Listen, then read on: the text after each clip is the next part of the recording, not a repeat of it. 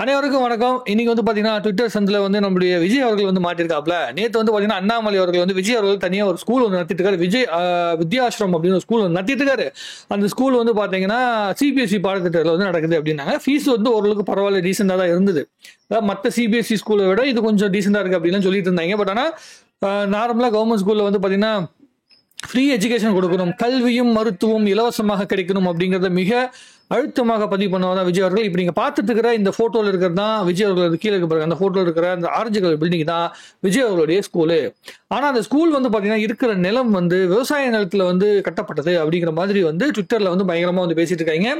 அதே மாதிரி மும்மொழி கொள்கையை வந்து அந்த ஸ்கூல்ல வந்து ஃபாலோ பண்றாங்களாம். அதாவது விஜய் அவர்கள் வந்து பொறுத்த வரைக்கும் இப்போ அரசியல் ரீதியாக அவர் பேசிக் கொண்டிருக்கிற விஷயங்கள் என்ன சொல்லியிருக்காரு அப்படின்னா, இருமொழி கொள்கை தான் வேணும், மும்மொழி கொள்கை இருக்கக்கூடாது. இவங்க எல்லாருமே வந்து பாத்தீங்கன்னா கவர்மெண்ட் ஸ்கூல்ல வந்து படிச்சுட்டு இருக்கிற ஸ்டூடெண்ட்ஸ் எந்த ஒரு கொள்கையுமே வந்து படிக்கக்கூடாதுன்றாங்க. மும்மொழி மூணாவது லாங்குவேஜ் படிக்கக்கூடாது அப்படின்னு சொல்றாங்க. அது வந்து திணிக்கப்படக்கூடாதுங்கிற வார்த்தையை அவங்க பயன்படுத்துறாங்க. எங்கேயுமே இப்போ நீங்க லாஜிக்கலி பாத்தீங்கன்னா, நான் கவர்மெண்ட் ஸ்கூல்ல படிச்சேன். 10th வரைக்கும் கவர்மெண்ட் ஸ்கூல், அதுக்கப்புறம் ஃப்ரீ சீட் வந்து எனக்கு வந்து பிரைவேட் ஸ்கூல்ல கிடைச்சது. அதுக்கப்புறம் பிரைவேட் ஸ்கூல்ல படிச்சேன். ஆனா 10th வரைக்கும் கவர்மெண்ட் ஸ்கூல்ல படிச்ச வரைக்கும் இருந்த அந்த ஒரு என்ன சொல்றேன்னா அட்மாஸ்பியர்ல எல்லாருனாலையுமே ஒரே ஃப்ளோல படிக்க முடியாது. நிறைய ஐடியாஸ் இருந்தது. எனக்கும் நிறைய வேற லாங்குவேஜ் கத்துக்கணும், நிறைய எக்ஸ்ட்ரா கரிக்குலர் ஆக்டிவிட்டிஸ், நிறைய விஷயங்கள் வந்து இன்புட் கிடைக்கணும் அப்படின்னு ஆசைப்பட்டது. பட் ஆனால் அது கவர்மெண்ட் ஸ்கூல்ல அந்த வசதிகள் கொஞ்சம் கம்மியா இருக்கும். அது வந்து பிரைவேட் ஸ்கூல்ல இருக்க கொடுக்க முடியல. அதுதான் வந்து இங்க மிகப்பெரிய பிரச்சனையா இருக்கு. அதனால தான் எல்லாம் பிரைவேட் ஸ்கூலுக்கு போறாங்கன்னு சொல்றாங்க.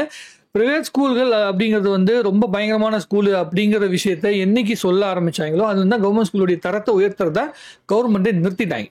ஸோ இது மாதிரியான சில வாய்ப்புகளையாச்சும் உருவாக்கணும். இப்போ சென்ட்ரல் கவர்மெண்ட் ஜாப்லாம் வந்து பார்த்தீங்கன்னா ஹிந்தி படிச்சாதான் கிடைக்கும் நான் சொல்ல மாட்டேன், இங்கிலீஷ் படிச்சாலே கிடைக்கும். ஆனால் இங்கிலீஷ் நாலேஜ் வந்து கவர்மெண்ட் ஸ்கூலில் வளர்த்ததுக்கு எந்த அளவுக்கு நீங்கள் வந்து இன்புட் கொடுத்துருக்கீங்க ஒன்று தெரியுமா?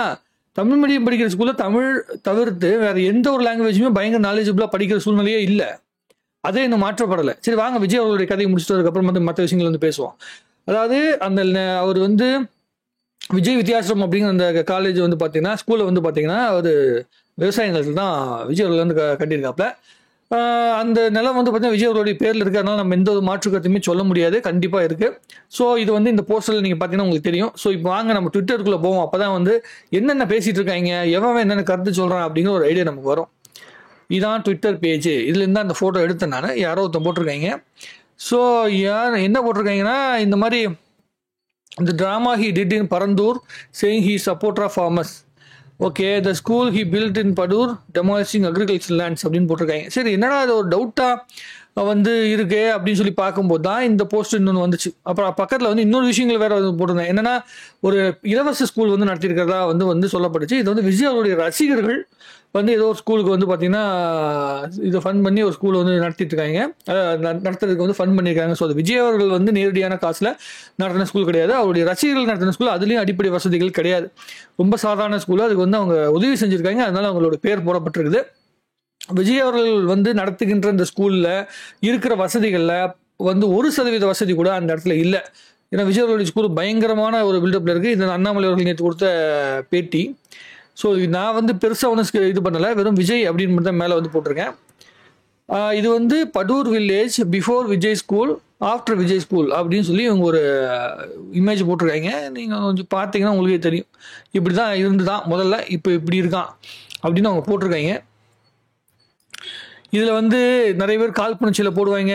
இது வந்து இதெல்லாம் வந்து ஏன் முன்னாடியே சொல்லலை? விஜய் அவர்கள் வந்து அரசியலுக்குள்ள வர்ற சமயத்தில் மட்டும் தான் உங்களுக்கு இதெல்லாம் தெரியுமா? ஏன் அதுக்கு முன்னாடி கவர்மெண்ட்டுக்கு தெரியாதா, அவங்களுக்கு தெரியாதா, இவங்களுக்கு தெரியாதா அப்படின்லாம் நிறைய பேர் வந்து ஊட்டிட்டு இருந்தாங்க. நான் என்ன சொல்றேன்னா, விஜய் அவர்களே அரசியல் வரத்துக்கு முன்னாடி, கட்சி ஆரம்பிக்கிறதுக்கு முன்னாடி அரசியல் சம்பந்தப்பட்ட கருத்துக்களை வந்து நிறைய பேசிட்டாரா? பேசவே இல்லையே. கட்சி ஆரம்பிச்சதுக்கு அப்புறம் தானே அவர் பாட்டு பேசின்னு இருக்கிறாப்ல. ஸோ இப்போ அவரையும் கேள்வி கேட்டாங்கன்னா அப்படிதான் கேள்வி கேட்பாங்க. Tamil actor Vijay calls Hindi in Tamil Nadu as fascism and opposes use of Hindi in government schools. Well, a school named Vijay Vidyashram run on his own land teaches Hindi. அவர் வந்து பார்த்தீங்கன்னா கவர்மெண்ட் ஸ்கூலில் படிக்கிறவங்களுக்கு வந்து பார்த்தீங்கன்னா இது படிக்கக்கூடாது, ஹிந்தி படிக்கக்கூடாது, ஏன் 3ஆவது லாங்குவேஜே படிக்கக்கூடாது. ஆனால் வந்து அவரோட ஸ்கூலில் வந்து ஹிந்தி பண்ணிட்டு இருக்காங்க அப்படிங்கிற மாதிரி போட்டிருந்தாங்க. நான் வந்து இந்த போஸ்ட் வர்றது எல்லாமே நான் வந்து பிளான் பண்ண போஸ்ட் கிடையாதுங்க. மேலே வந்து வெறும் விஜய் அப்படின்னு தான் வந்து பார்த்தீங்கன்னா ட்விட்டரில் வந்து டைப் பண்ணிக்கிறேன். உங்களுக்கு அதை பார்த்தா தெரியும். டைப் பண்ணதில் என்ன லிஸ்ட் காட்டுதோ அதை தான் நான் வந்து பார்த்துட்டு இருக்கிறேன். இன்னும் ஒரு பர்டிகுலர் இது வச்சு நான் வந்து பார்க்கல. School maintained by his father H A Chandrasekhar and Vijay charitable trust Vijay Vidya அவங்க பசங்க பேரில் நடத்திட்டு வராங்க. சேம் விஜய் ரன்னிங் பள்ளிக்கூடம், இலவச பள்ளிக்கூடம், அதையும் ஷேர் பண்ணலாமே. அதே தம்பி, அவர் நடத்தினா என்ன, அவங்க அப்பா நடத்தினா என்ன? ரஜினி சாரோடைய இவர் வந்து அவங்களுடைய ஒய்ஃப் வந்து பார்த்தீங்கன்னா ஆஸ்ட்ரம் அப்படின்னு ஒரு ஸ்கூல் வந்து நடத்துறாங்க. அது வந்து லதா ரஜினிகாந்த் அவங்களுடைய பேரில் தான் இருக்கு. அப்போ அந்த ஸ்கூலுக்கும் ரஜினி சாருக்கும் சம்மந்தமே இல்லைங்கன்னு யாருமே அரசியல் வந்தப்ப பேசவே இல்லையே. ஏன் இதே விஜய் அவருடைய ரசிகர்கள் கூட வந்து அப்போ என்ன சொன்னாங்க, அவர் வந்து அவர் ஸ்கூலில் வந்து பயங்கரமாக கொள்ளடிக்கிறாரு, காசு வாங்குறாரு அப்படி இப்படின்னு சொல்லிட்டு இருந்தாங்க. ஸோ எல்லாருமே இந்த இடத்துல போட்டிருக்காங்க பாருங்க. இதுதான், இது யாரோ போட்டிருக்காங்க. இது உண்மையாக பொய்யாங்கிறத நீங்கள் நல்லா டீட்டெயிலாக பார்த்துங்க. இந்த இது இருக்கு பாருங்க, விவசாய நிலம், படூர் நிலம் அப்படின்னு போட்டிருக்காங்க பாருங்க. விவசாய நிலத்தில் தான் வந்து இது பண்ணப்பட்டிருக்கு அப்படின்னு போட்டிருக்காங்க. இந்த ஸ்கூலோட வந்து பார்த்தீங்கன்னா ஜோசப் விஜய் அவர்களுடைய பேரில் தான் இருக்குது அப்படின்னு வந்து போட்டிருக்காங்க. சி ஜோசப் விஜய் பேர் அங்கே என்ன எழுதியிருக்கோ அதுதான் படிச்சிருக்கேன். ஸோ அதனால நீங்கள் எதுவும் பண்ணிக்காதீங்க. ஸோ இதுதான் வந்து இப்போதைக்கு நிலவரம். எல்லாருமே பயங்கரமாக வந்து இதை வச்சு தான் வந்து விஜய் அவர்களை கேள்வி கேட்குறாங்க. இந்த கேள்விக்காவது விஜய் அவர்கள் வந்து பதில் சொல்லுவாரா அப்படிங்கிறத பொறுத்து பார்க்கணும். இது வந்து பார்த்தீங்கன்னா விஜய் அவருடைய ஸ்கூலில் கொண்டாடப்பட்ட கொண்டாட்டத்தை வந்து ஒரு சின்ன கிளிப்பு போட்டிருக்காங்க. அது என்ன கிளிப்பு நீங்கள் ஒரு சவுண்டோட கேட்டீங்கன்னா உங்களுக்கு தெரியும்.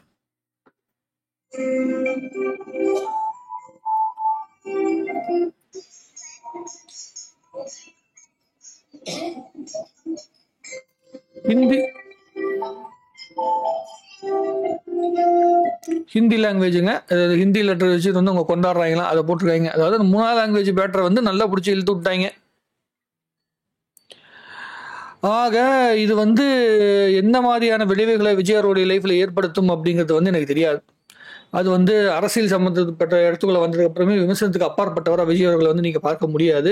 விஜய் அவர்கள் கண்டிப்பாக இதற்கு ஏதாவது ஒரு வகையில வந்து பதில் சொல்லி தான் ஆகணும். நான் என்ன சொல்றேன்னா, நீங்க அரசியல் செய்யறது வந்து பாத்தீங்கன்னா ஏற்கனவே இங்க இருக்கிற அரசியல்வாதிகள் செஞ்சுட்டு இருக்க தவறுகள் நீங்க சுட்டி காட்டலாம், தப்பே கிடையாது. ஏன்னா இங்க இருக்கிற எல்லா அரசியல்வாதிகளுக்குமே சொந்தமா ஸ்கூல் இருக்கு.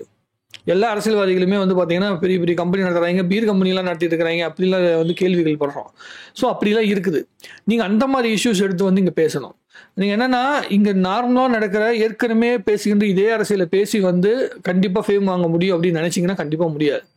இப்போ வந்து நம்மளுடைய விஜய் அவர்கள் சம்மந்தப்பட்ட ரசிகர்கள் எல்லாத்துக்கும் சேர்த்து சொல்லிக்கிற விஷயம் என்னன்னா, பரந்தூரில் போய் விஜய் அவர்கள் வந்து விவசாய நிலத்தை அழித்து விமான நிலையம் வேண்டாம்னு சொல்லி சவுண்ட் விட்ட பிறகு இப்போ அவரே விவசாய நிலத்தில் வந்து ஒரு ஸ்கூல் கட்டியிருக்காரு அப்படிங்கிற செய்தி வந்து ஊர்ஜிதமாச்சு அப்படின்னா அது என்ன மாதிரியான விளைவுகளை வந்து மக்கள் மத்தியில் ஏற்படுத்தும்? மெயினாக அரசியல் ரீதியாக எப்படி ஏற்படுத்தும்? ட்விட்டரில் அது கண்டென்ட்டாக மாறின பிறகு அது எப்படி நீங்கள் அதுலேருந்து தப்பிச்சு வருவீங்க? ஏற்கனவே பல கேள்விகள் இருக்குது. விஜய் அவர்கள் வந்து அரசியலுக்கு வந்த பிறகு கூட ஒரு கட்சி ஆரம்பித்த பிறகு கூட ப்ரெஸ்ஸை மீட் பண்ணாவே இருக்காரு அப்படிங்கிற பல கேள்விகள் இருக்குது. இது எல்லாத்துக்குமே அவர் பதில் சொல்ல வேண்டிய கட்டாயம் இருக்குது. இது என்ன பண்ண போகிறார் அப்படிங்கிறது தெரியல.